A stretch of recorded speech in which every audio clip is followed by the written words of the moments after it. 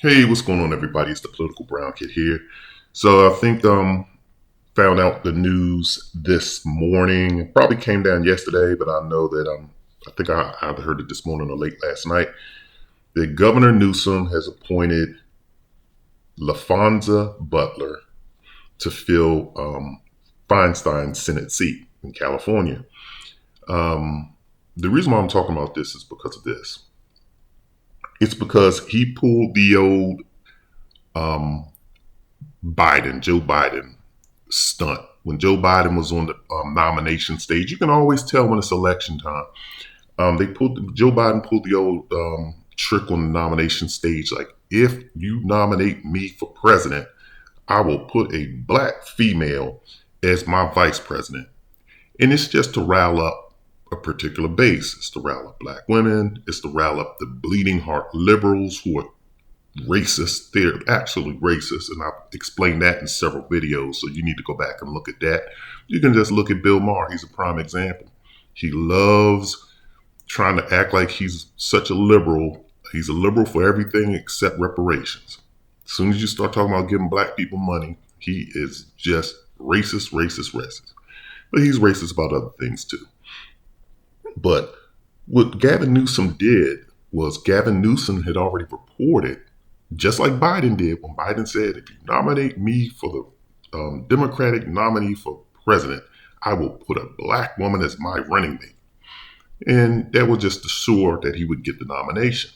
Because then black people would be like, well, let's just settle for him because we know we'll get a black woman in there to, make history. And Gavin Newsom is pulling the same thing here in California. Now, again, I don't know Laphonza Butler, but and let me back up before I even say that, is Gavin Newsom had reported, I think, last Wednesday or Thursday, that he was going to replace um, Feinstein with a black woman. That's what he said. He said, I'm putting a black woman in her place. Yeah, that's just like somebody coming to build your house and saying, if you give me this, you have some bare land, like you just have a blank, just have an open field, and you want to build a 5,000 square foot mansion on this property, and you're taking bids. And then some joker comes along and just says, well, if you give me the bid to be the general contractor to build your house, I will put a Mexican female in charge of building this house. And what you just gonna say, oh wow, I'm gonna have a Mexican female build my house, so let me just go ahead and build my house. You don't know if she's qualified or not. So I'm not trying to say that Laphonza Butler is not qualified to do the job. But it's just that why would you make that announcement and so you automatically limit your pool to just the black females? So that's one thing. It's just kind of like, just give her the job. I have no problem. Well, I'm not going to say I do have a problem with Laphonza getting the job. It's only because you had to make this broad announcement. If he had just gone ahead and hired her, and this is actually one thing that I do agree with old racist Bill Maher, because Bill Maher actually did talk. I watched this show when it came back. I just wanted to see what he was going to talk about. And, Bill Maher never lets me down as far as being, where I can criticize him. I'm not even going to take shots at him this time. But the one thing I did agree with him on his show the other night was, he was disappointed that, that Gavin Newsom had to make this announcement that she had to be a black female. And the other two white people on the panel, they agreed with him. And I agree along with them. Just give her the job and then don't even come out and make that announcement. Just give her the job. It's probably a lot of people. I know in my industry, there's been a lot of black females hired, not because they were better than, it's because they checked off two boxes, because they were female and because they were black. And they get the job. And because also, too, white people prefer to work with a black female than they prefer to work with a black male. Not unless he's one of those black men that, just live in the white world and, he just does white things. Then they love him all day long.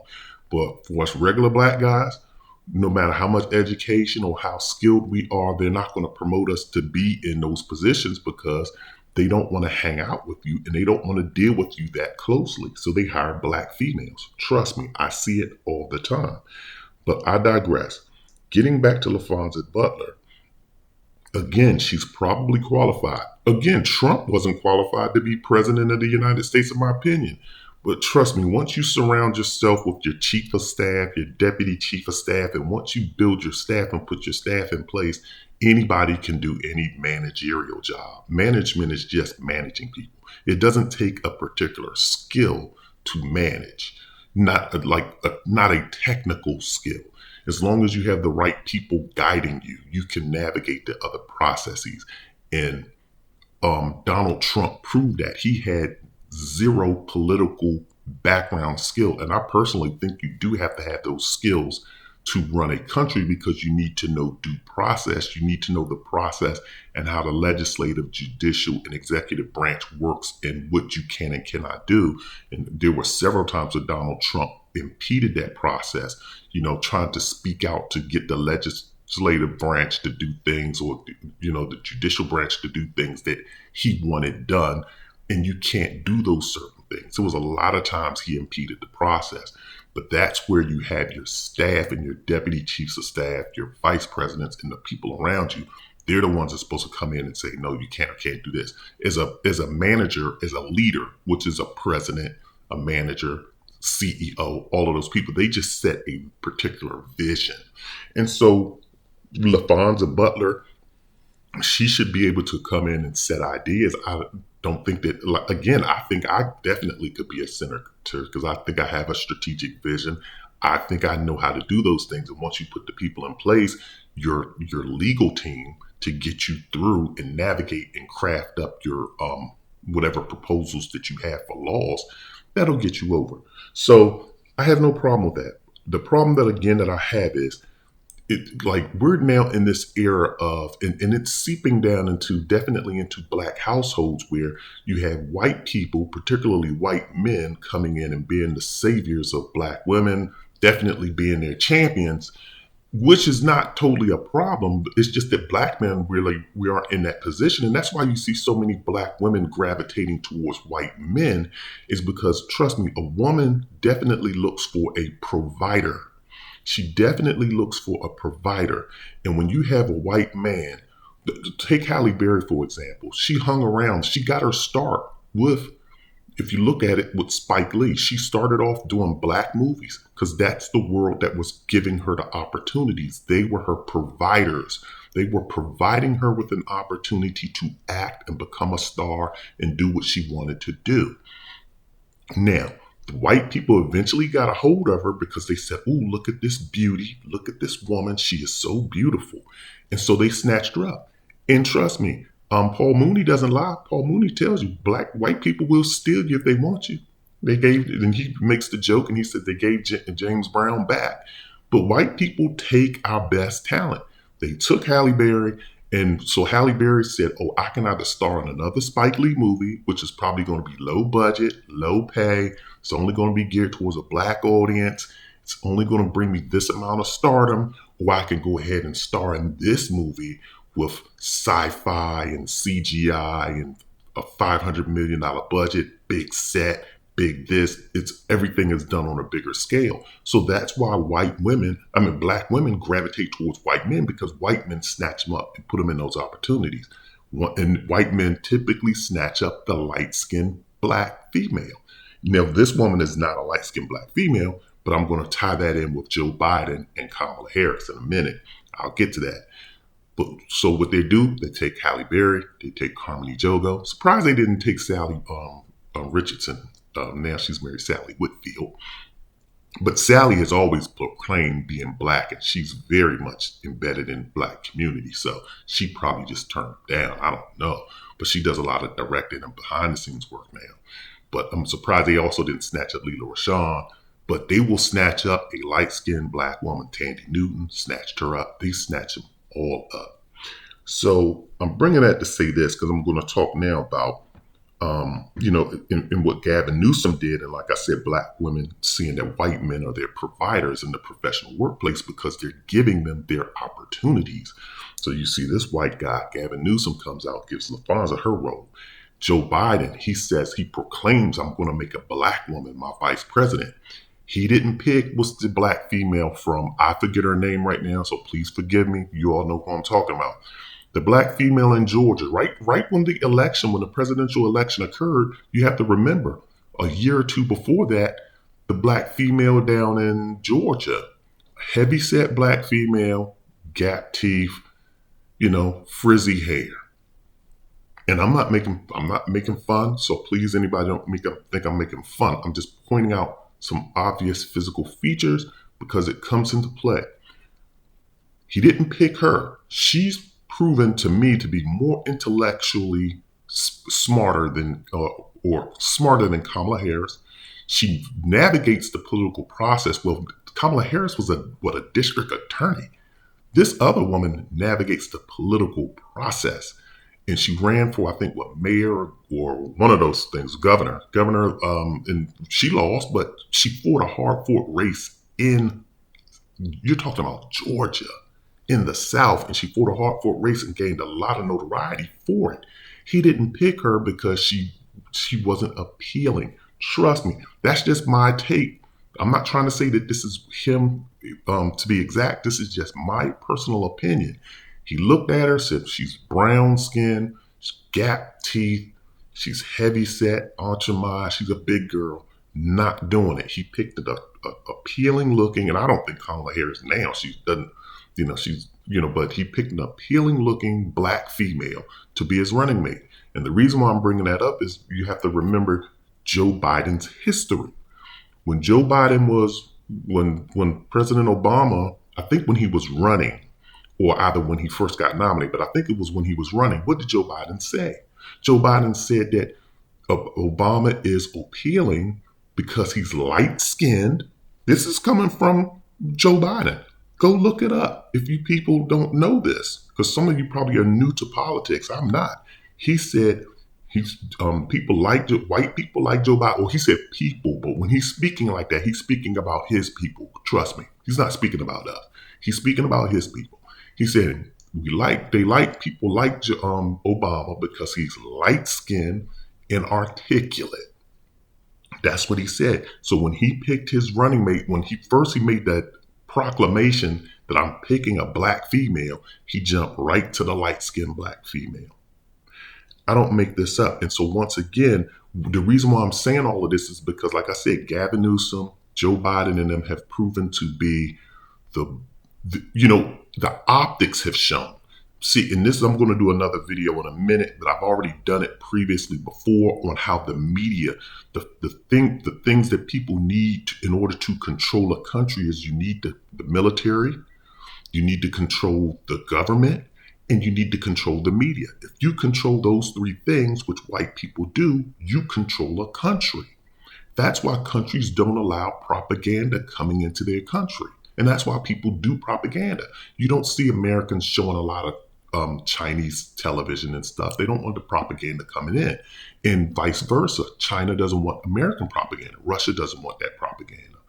Cuba didn't want the American propaganda because you don't want the people to be influenced by the other countries, sympathize with them, and want to go there. So and then what people are seeing in the media, that's why you see a lot of black women say, all black men, they get successful and all they do is date white women. That's not true. What they see on TV, though, is the reality because, trust me, a lot of people aren't reading the stats every day. Everybody's not going to blackstats.com. I don't even know if there's a blackstats.com, but I'm just making this up. People aren't going to the Census Bureau and saying, let me look at the stats today and see how many black men that are making six figures, that are making $200,000 or more marrying black women. People aren't doing that. People live in the real world and people walk around and what they see becomes their reality. So when black women see on television a black man with a white woman, a successful black man with a white woman, that's her reality. And so now what the reality is becoming too is let's put black women with white men. And they're doing that intentionally on television. And so now you see these white men giving black women opportunities. And so what it looks like to black women is these are our allies. These are the people that are giving us the opportunity. When in fact, it's black men, but we're just doing it on a non-media, a non-publicized platform in your everyday life that are giving you opportunities. And it's a very rare few like Kamala Harris, like this lady, Laphonza, whatever her name is, Laphonza Butler. Those are those very few get on TV, but we think that that's the norm. So that's why I say these things are very dangerous. So it's dangerous on two levels. Yeah, is it good that Laphonza's going to get paid? I guess not. And it's also to the same thing with the lady that got nominated to the Supreme Court. I think that was Joe Biden's doing again. They took a black woman who's married to a white man, so I don't know why people are so ecstatic about her getting nominated to the Supreme Court. She's just like Clarence Thomas to me. She doesn't live in my community. She definitely doesn't marry in my community, so she has no ties to me. She's married to a white man. So she's not culturally tied to me at all. So why should I care whether she got her position or not? So once again, you see these opportunities being given to black women by white men. So that becomes the reality. It trickles down to the everyday Main Street. As people say Main Street, it trickles down to Main Street. So now you have black women walking around saying, in order for me to get opportunities, it's the white man that's providing these opportunities, and it's all the brothers are doing is holding me back, keeping me broke, cheating on me, doing this, that, and the third. So that's why you see all of these sisters. That's also another reason why you see sisters, quote unquote, divesting. And now they're treating black men just like every other race of women treats black men. They're not giving them the time of day unless they're a basketball player, football player, they're some kind of athlete, tennis racket, boxing, or they're an actor, or they're a rapper, or they look extremely handsome. They look like I'll be sure. Or they're built fantastic and they just lead exciting lives and they keep these women, excited all day, every day. Just like how that girl, what did that girl say? What was her name? Sexy Red or Sukihana? One of them two crazy, foolish women said, I'm riding in the car with this man, and we shooting guns, people shooting at us, and my life is on the line every day, and it's exciting. Who the hell lives like that? So those are the women that are out there, and the women that are normal and rational are saying, I'm not dating black men. But also too, on a professional level, I just think that this is just so wrong. It's, we would be so offended if white people came out and said something similar, that they were hiring a white woman or Asian woman. Everybody wants now a preference or to get special treatment. Next up, I guess it's going to be, I'm going to hire a Mexican woman, to take the job, or I'm going to hire a Mexican crippled woman or black crippled man. We're going to start just getting into the granular weeds of being specific on who we're going to hire. I'm going to give it to a blind, crippled, fat, lesbian, Asian man. We're going to get down to that level of just detail of now employing people just for the sake of diversity. It's unfortunate that we've hit this point, but this is where we're at in society, and we'll see how long it goes on. But this is just my thought. I know I rambled on for longer than what I should have, but I'm just kind of passionate about this subject. Leave me some comments, definitely. I like to hear your opinions on it, and definitely hit the like and subscribe button. Once again, this is the Political Brown Kid. I'm out of here.